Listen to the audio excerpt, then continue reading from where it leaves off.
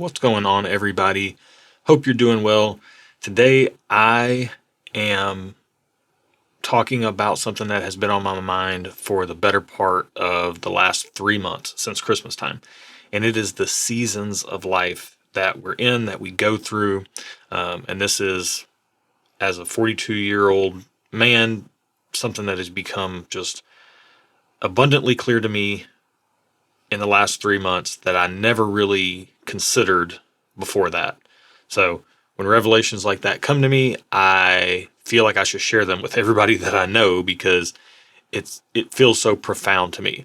It may hit you that way, it may not, but nonetheless, I think it's good stuff to hear. So we're going to talk about that. We're going to have a little sip of some Jack Daniel's 12-year, talk about the new Jack Daniel's releases, talk about a little bit of the word, but this is a bit more of a life application that I'm then applying some things from the Bible to. And a lot of that happens for me. A lot of times things start in regular life and then I go here to look for answers or explanations. And I always find it helpful when that is the case. We're not going to dabble too much in here, but we will be in Ecclesiastes. It's really just serving as an example. But we were at Christmas at my wife's family's, and her family is large. She has 8 siblings. She's one of 9. She's the oldest. And we met, a handful of years ago, little more than that. We've been married for, I believe, oh boy, I'd failed this test. It'll be 7 years in May. So the first Christmas I went to with her family, it was just a celebration of her and her siblings getting together in one place at their parents' house. Had a great time. One of her siblings, the second in line in age, her sister, had a kid and maybe had a baby as well. So we're talking like maybe 4 and newborn or something like that. But other than that, no other kids in the family.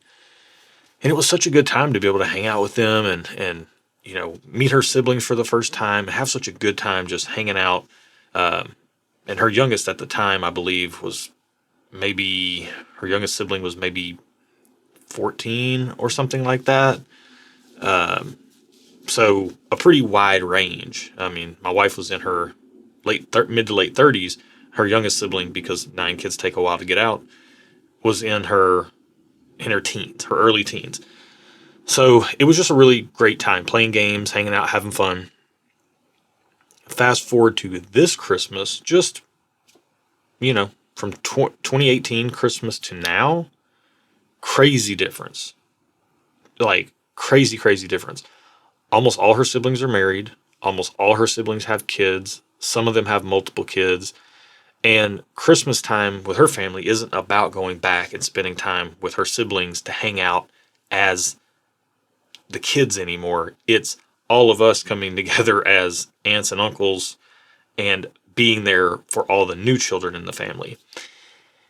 And this shift, it's been going on for the last probably 3 years, but there was really only a little span of like 3 or 4 years where we got to get together and spend time where not all of her siblings were married, not all of her siblings had kids. And it was just crazy because I was like, wow, that was such a short season that we didn't even realize that we were in. And now we're out of it and we can't go back to it. We're in a new season. And then being a parent, my daughter, that first, kind of 5 years of her life before she went to school and started getting corrupted by peers, bit joking, but maybe not too, you know how it is with kids. Those 5 years, even within them, had little seasons of differences, but it was kind of an overall season of her just being a small child and really her parents being her world. And then she goes to school and that starts to change. And I'd say like 5 to 9 was kind of it was its own little thing.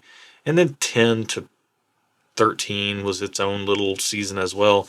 And now she's 14 and it's wildly different. Like, I can see the writing on the wall that 14 to 18 is going to be a very different season of life compared to everything else that we've been through. And there's going to be many more seasons of life to come. And also remember, like, there were times where, kids are kids and they go through teething spells or periods of not sleeping or not eating well or whatever it is that makes us parents want to pull our hair out.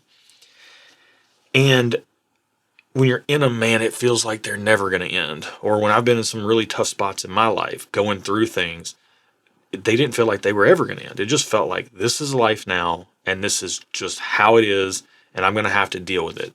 But the reality is that everything in life is a season. You know, I talk to my daughter a lot about her emotions. She feels very big feelings.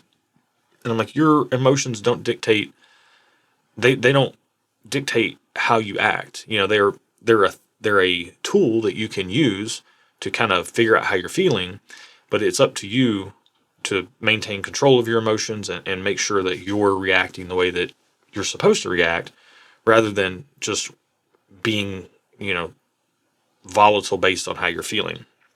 And I tell her all the time, your emotions are a lot like the weather. Storms come and storms go. When it's raining, it's never, you know, it's never going to rain all the time. But when we get in these seasons of life, I think we have a tendency to not be able to see that that will end. And then we get hung up on that, and it starts to dictate our behaviors and our actions. And sometimes that is in a very negative way. So I just share all this because I never really put this together that these seasons are so short. You know, I almost thought of like a season of life being almost like a decade, like a 10-year, like my 20s or my 30s or things like that. And it realistically, it is much, much, much shorter. And I think, you know, in a way it helps to contextualize if things are hard for you right now. Just know that if you're seeking a way out, if you're seeking to better yourself or better your situation, or you're seeking to, you know, get away from something, or you're seeking to repair something, whether it's within yourself or it's relationally, family, romantically, whatever it is, with your children, maybe even, these are the sorts of things that if you're not going to deal with it, I think, yeah, it can kind of stagnate and drag out. But if you're actually willing to engage and work toward growing yourself and you know, health, and just work towards health. I mean, just had a buddy I was talking to about this. Like, everybody knows your physical health. If you don't tend to it, your body will not be healthy. Your health will suffer. But our mental health is the same way. Our relational health is the same way. All these things, like, we have to tend to things, because things that aren't tended to will wither and die. So anyways, Ecclesiastes just has some stuff on here. Just, I like Ecclesiastes in general, so I would just recommend the whole book right now. I'm not going to read all that, but in chapter 3 it talks about, this is Solomon, one of the wisest men to ever live, says, there's a time for everything and a season for every activity under the heavens, a time to be born and a time to die, a time to plant and a time to uproot, a time to kill and a time to heal, a time to tear down and a time to build, a time to weep and a time to laugh, a time to mourn and a time to dance, a time to scatter stones and a time to gather them, a time to embrace and a time to refrain from embracing, a time to search and a time to give up, a time to keep and a time to throw away, a time to tear and a time to mend, a time to be silent and a time to speak, a time to love and a time to hate, a time for war and a time for peace. And that basically encompasses pretty much every single part of living. And I'll do a little bit of a direct application here as I take a sip of this Jack Daniel's 12-year, and then I'll talk about this here at the end.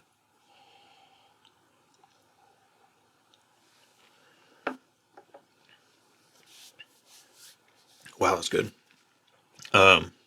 So the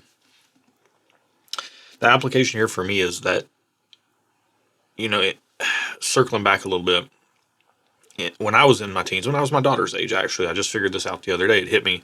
When I was 14 years old and 3 months, my mother was killed. My daughter's having a much better go at it right now than I did when I was her age. And that season of life, from my mother being killed and then subsequently losing quite a few other family members in kind of weird freak accidents or unexpected deaths over the course of 4 years, all my high school years, was a really weird and hard season of my life. And then 18, I found out, you know, my dad who raised me wasn't my biological dad, and I had this other dad. It's a whole long story, but that was a season of life. Like, figuring that out and how to feel about that. And that lasted about 4 years or so. And then I had a period of time where I had to forgive the guy that killed my mom. And that was a season of life that I had to wrestle with some things. And that took a while as well. And then I was in my 20s, and I was just being young and dumb and making a lot of silly decisions. And that was a season of its life. And then I spent most of my 30s getting myself out of the mess I got myself in my 20s. And then kind of in my late 30s, mid 30s, met my wife and started building a beautiful life together. And things have been very blessed. It's been a very blessed season of life. But it's a season of life for us, especially for me, that is very work centric. I'm working more than I ever have.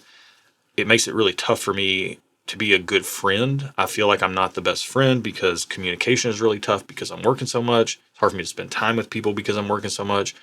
And when I say working so much, I don't mean like a full-time job and some hobbies. I mean like 70 hours plus at my job, and then also 10 to 20 hours on side projects that are also, they have to be tended to. They require work to keep going. And some of that, all of that is because I want to be doing it. I could work less, but it feels like the season of life where it's just that season where I need to buckle down. I need to work, because doing so is going to set my wife and I up to have a much better life in our 50s and 60s and beyond. And that's what we're kind of doing now. We're looking ahead in a way that I never have in my life previous to this. And I think that, reading stuff like this, it's easy to just read it because it's a bit not monotonous, but repetitive in a way that's a time. But realistically, this is just a season of my life, and you're in a season of your life as well, whatever it is. And I feel like what's hitting me the most about all this is that we have to learn how to appreciate the blessings that we have in our life, because they're not always going to last. Matter of fact, most of the time they won't. They'll be there for a short season and then they'll be gone. So really appreciate the good in your life, and for the bad in your life, because if you don't have some bad going on in your life right now, just wait. It's right around the corner. I don't mean to be ominous, but it's coming for you, because that's life. Life be lifing. And just stay the course, stay the course. Don't let life beat you. You are in control of at least your reactions. You can't control anything else, but you can at least control your reactions, and you don't have to let life beat you. So don't let life beat you down. Know that the hard times are temporary, and appreciate the good stuff in your life immensely, because if there's one thing I've learned, is that change is the only constant that we can ever deal with. And speaking of change, Jack Daniels, this is 12-year batch 3. This is last year's batch, 2025. The new batch is out, 2026. My wife and I just tried them on a live stream. I'm warming up with this because we're recording a video about them for our YouTube channel, where we hang out and sip whiskey and do whiskey tastings. So if you want to check that out, you can at Stuff and Whiskey here on YouTube. There will be a video on these new releases coming up in a few weeks, probably 3 weeks, or by the time you see this, it'll probably be very close to the same time. So keep an eye out for that. But I will say, just quickly to tell you, the 10, 12, and 14 years, the 10-year that has released this year, batch 5, it's the best 10-year they've released, in my opinion. The 12-year that they're released this year, batch 4, it's the best they've released. It's better than this. I even think it's better than batch 1 of Jack Daniel's 12-year. And the 14-year is significantly not as good as last year's. So just a little statistical information. It's not statistical because it's not objective. It's subjective. But in my subjective opinion, the 14 just falls flat this year, but the 12 and the 10 both have that special sauce. They're just really, really amplified, rich, dense. They feel special. They feel like something you can't just go buy on the shelf. But last year's 12-year was also fantastic. I'm very happy to have this bottle, and I also have a backup as well. I might try to trade it for the new batch, but I got to find somebody that I can do that with. But this is very good. I mean, everything I love about good Jack Daniels, not old number 7, but the good Jack Daniels, the caramel vanilla, the walnut, like the black walnut bitters, the banana bread, the sweetness, the milk, like a milk chocolatey kind of like almost borderline chocolate chip cookie type vibes, cake frosting type, just this cool type of barrel influence from the oak. It's just fantastic.